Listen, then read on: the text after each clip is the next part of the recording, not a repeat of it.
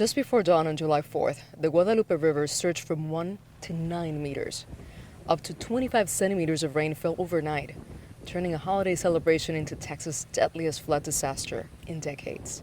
The hardest part was there was a little boy who started floating downstream, and he was screaming, asking for help, but there just wasn't anything anybody could do at that point. Julia Hatfield lived through that nightmare.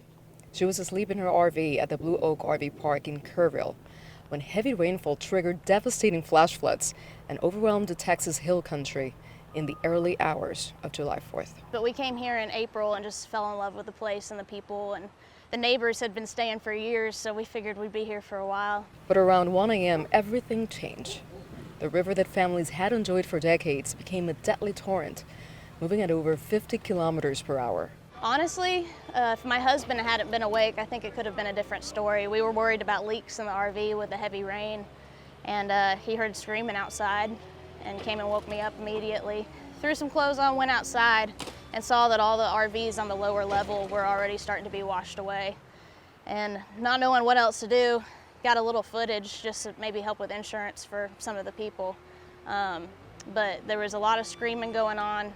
Julia's experience mirrors what happened to hundreds of families across 12 counties. In the darkness, with no warning, entire communities were swept away. How did you feel at that moment? I was about to jump in, and my husband had to hold me back. He said, "You're gonna go too, and there's nothing you can do if you jump in."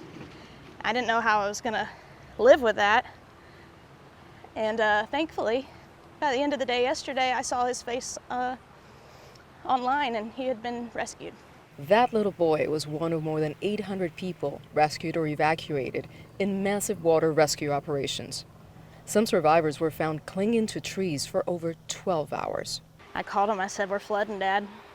We're gonna have to head your way." And I know that he wanted to head ours and try to help us, but by the time he got here, it was all gone. Within hours, locals joined the recovery effort. There weren't a lot of people to go down the river and start looking for people.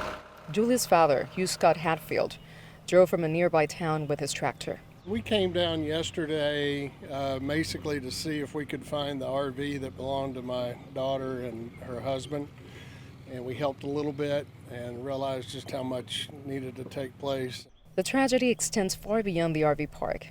At nearby Camp Mystic, a Christian summer camp, several girls remain missing. The camp, which has operated for decades, was completely overrun by the unprecedented flooding. Search teams with cadaver dogs continue working in the area as fatalities climb in central Texas, with the majority being campers and children. Why are you back here today? I don't want to be a victim. I want to be helpful. It's that spirit that's defining this community's response. As search teams work around the clock, families in central Texas wait for word about their missing loved ones. The search also continues for the girls from Camp Mystic along a deeper question. How does a community heal after losing so much and so fast? Nitza, Soledad, Perez, CGTN, Kerrville, Texas.